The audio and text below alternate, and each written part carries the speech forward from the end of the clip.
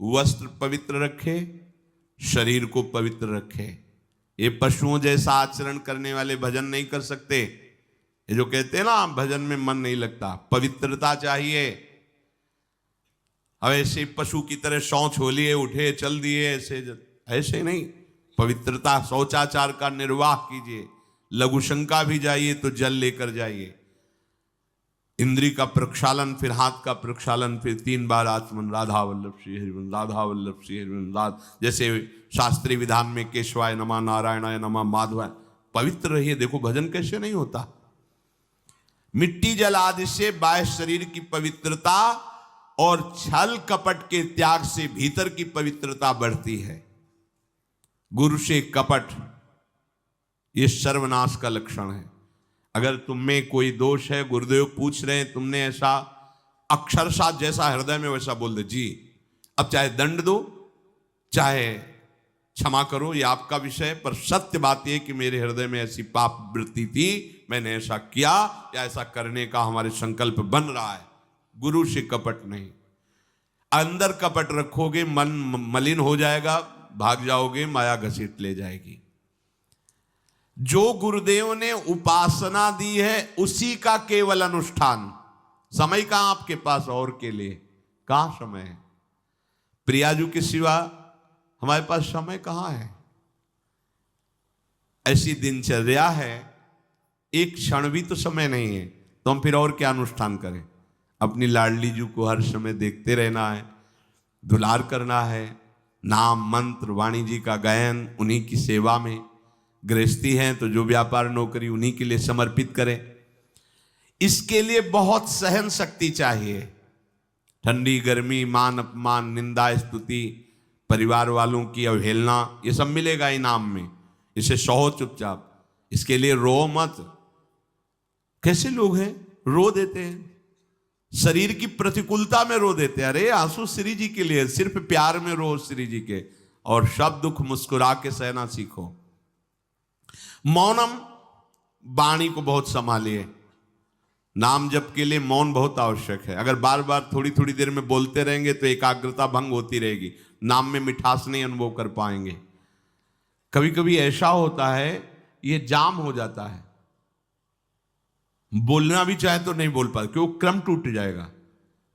शाम के समय जैसे किसी से मिलना जुलना नहीं, तो तभी लोग पूछते मौन हो क्या?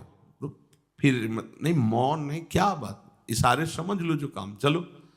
क्योंकि अगर निरंतर मंत्राकार वृत्ति तो बोलने की भी हिम्मत नहीं रह जाती। पर वहां तक पहुंचने के लिए वाणी का मौन आवश्यक है। मौन का मतलब ऊं करना नहीं है, आवश्यक हो तो शब्द बोल दो, नहीं अधिकतर मौन रहने की चेष्टा करो।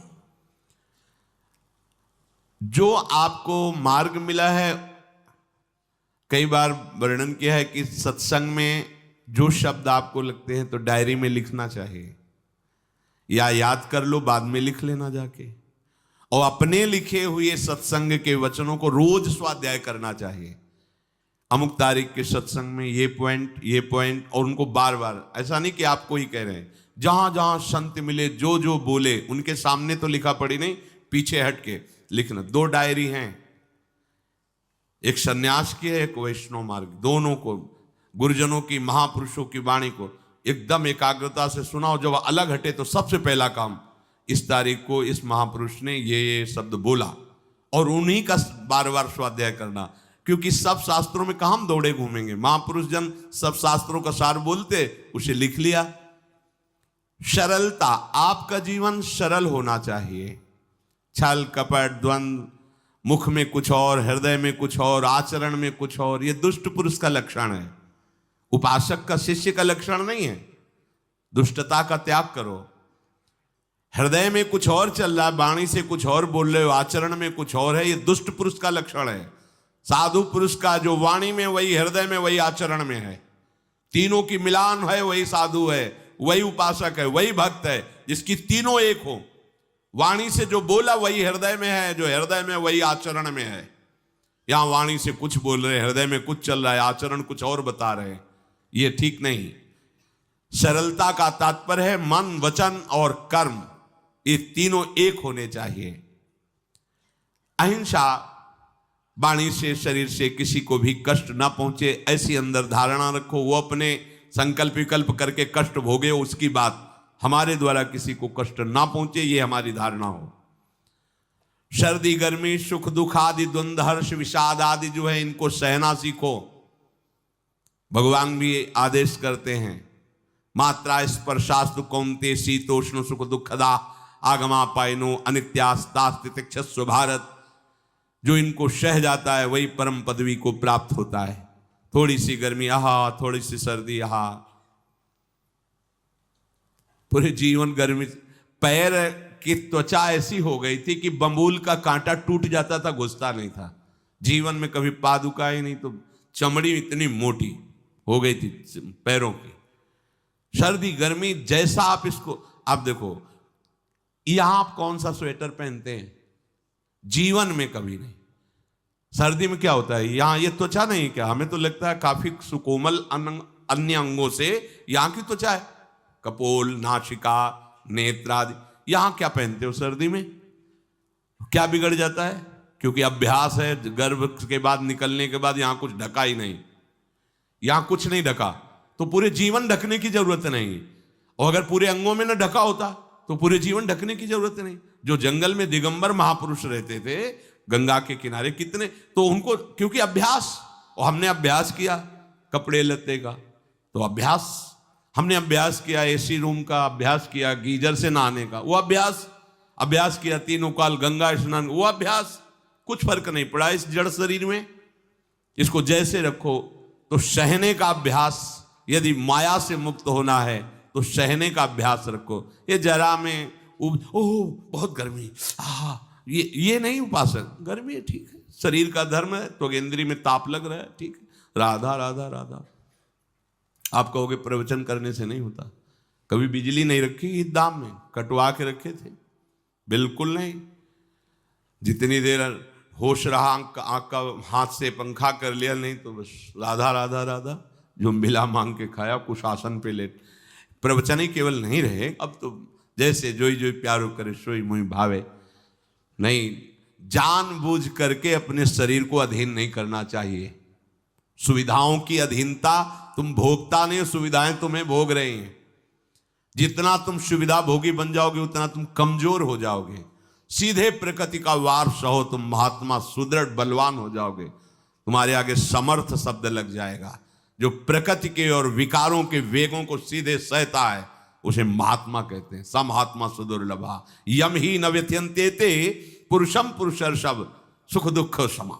जिसका सुख दुख समान भाव, किसी भी वेग की व्यथा से हृदय व्याकुल नहीं होता, वो भगवान को प्राप्त करने का अधिकार प्राप्त कर लेता है। इसलिए सहनशीलता। सर्वत्रात्मनेश्वरान वीक्षाम कैवल्य मनिकेतताम विवक्त चीर वसनम संतोषम एन केनचित। ये ध्यान रखो कि तुम कभी प्रभु से अलग नहीं हो। हैं तो इस समय में भी हैं, सब में हैं तो हम में भी हैं, सबके हैं तो हमारे भी हैं। हम कभी भी प्रभु से बिलग नहीं हूं। एकांत सेवन तुम्हारा स्वभाव बन जाना चाहिए। चाहे जो हो, थोड़े समय के लिए तो एकांत बैठो। एकांत मिला तो मोबाइल का संग कर लिया, एकांत मिला तो मित्र बना लिए, बैठ के प्रपंच वार्ता कर रहे हो। नहीं, अगर भगवत प्राप्ति करनी, माया मुक्त होना है तो एकांत एकांत ही होना चाहिए। भले 100 लोग हैं, हमारा किसी से कोई संबंध नहीं, और हम बैठे हैं अपने आराध्य देव के चिंतन में, हम एकांत हैं।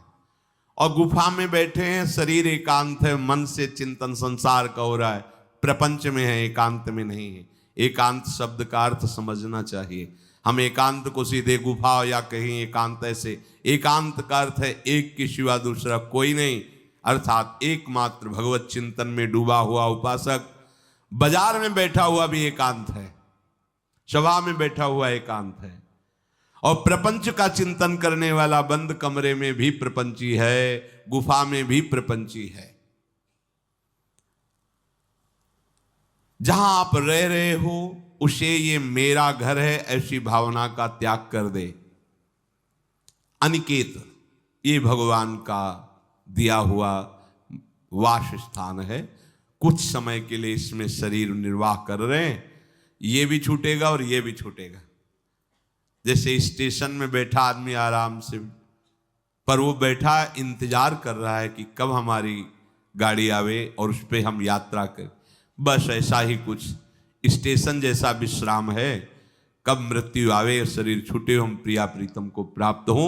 ये न मेरा था, न मेरा है, न मेरा रहेगा। ये न मेरा था, न मेरा है, न मेरा रहेगा। गृहस्थ हो तो पवित्र वस्त्र पहने, और त्यागी हो तो जैसे मिल जाए भगवत कृपा से वैसे वस्त्र पहने। प्रारब्ध के अनुसार तुम्हें जैसी व्यवस्था मिली उसमें संतोष करना सीखो, मांग मत रखो। प्रभु की प्राप्ति के लिए खास बात ध्यान रखनी है, अपनी उपासना में दृढ़ श्रद्धा रखो और सर्वश्रेष्ठ भाव रखो, पर दूसरे किसी की भी निंदा ना करो। अगर किसी की भी निंदा करोगे तो फिर माया तुम्हें मुक्त होने नहीं देगी। मन को, वाणी को, शरीर को संयम में रखो, अर्थात भगवत भजन, भगवत वार्ता और मौन। मन का संकल्प विकल्प रहित होना, विषयों का चिंतन न करना, प्रभु के रूप का, नाम का, धाम का, लीलाओं का चिंतन करना। शरीर का शास्त्र संयम से वर्ताव करना। अब माया मुक्त होते चले जाओगे। इनमें किसी में भी त्रुटि ना हो, सावधानी रखो। अपनी इंद्रियों को सावधान रखो, किसी के दोष न देखने पावे। कोई गलत चेष्टा देखेंगे तो ये भी गलत करने के लिए तैयार हो जाएंगी। हे राजन, श्रवणम कीर्तनम ध्यानम हरेरद्भुत कर्मणः जन्म कर्म गुणानां च तदर्थे अखिल चेष्टिता। श्री भगवान के बड़े अवतार हुए हैं, बड़ी अद्भुत अद्भुत लीलाएं हैं। प्रभु का प्रकट होना, लीला करना, दिव्य गुणों का वर्णन। यदि आप इनको गाएंगे लीलाओं को और श्रवण करेंगे तो मोह की बात क्या, महामोह का भंजन हो जाएगा। बड़ी सामर्थ्य भगवान के चरित्रों की, महिमा बड़ी है। अगर इनको आप सुनेंगे, बार बार सुनेंगे, तो आपको और कोई साधन करने नहीं पड़ेंगे, अपने आप सब साधन प्रकाशित हो जाएंगे। जहां कहीं कभी भी किसी का उद्धार की बात आई है तो भगवत चरित्र सुनने से ही आई है। शरणागति श्रवण से ही प्रारंभ होती है, भक्ति भी श्रवण से ही प्रारंभ होती है, पूर्णता भी श्रवण